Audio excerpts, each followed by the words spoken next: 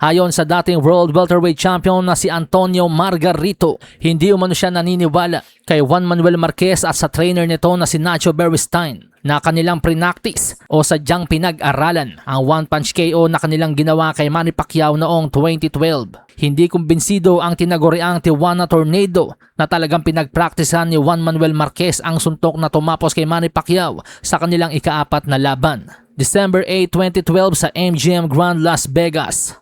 Muling naganap sina Pacquiao at Marquez sa ika-4 na pagkakataon. Sa 4 na beses nilang paghaharap, tanging sa ika-4 na laban lamang naka-score ng knockdown si Marquez kay Pacquiao. At nangyari nga po ito noong round 3, bago nangyari ang suntok na yumanig sa buong mundo noong round 6, kung saan tuluyan nga pong na-knockout ni Marquez si Pacman. Maraming nagsasabi na lucky punch lamang ito, dahil lamang si Pacquiao sa scorecards ng 3 hurado at halos isuko na rin ng trainer ni Marquez na si Nacho Beristain ng laban dahil sa basag na rin ang ilong ni Dinamita. Sa iba't ibang panayam, paulit-ulit na sinabi ni Marquez na hindi iyon tsamba kundi suntok na matagal nilang ininsayo sa Roman sa gym kasama si Ignacio Beristain. Pero ayon kay Margarito, kahit posible hindi siya lubos na naniniwala. Ani Margarito sa panayam ng Los Reyes Podcast, sabi nila si Nacho Beristain daw ay pinractice ng gusto yung kanan kasi nakikita niya kung paano sumugod si Pacquiao. Ako hindi ako naniniwala.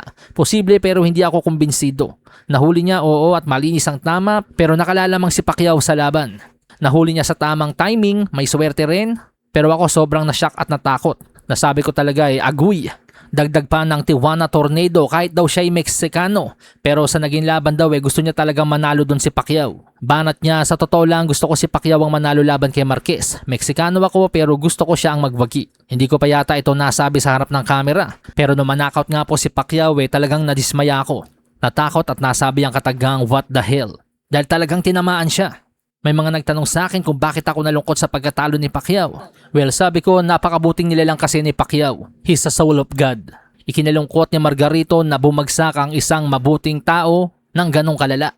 Samantala sa iba pang balita, sa naging laban naman po ng knockout artist from Argentina na si Alan Chavez kontra Miguel Madueno, nabatikos ang referee na si Harvey Duck. Matapos kasing tamaan ng malupit na left hook ni Chavez itong si Madueno, bumagsak si Madueno na tumalbog-talbog pa ang ulo. Kitang-kita yung lakas ng impact ng suntok at talagang tulog itong si Madueno. Kadalasan sa ibang laban kapag ganito ang tama ng boksingero automatic na pong dinedeklara ng referee na knockout, tulad sa laban ni Pacquiao at Hatton.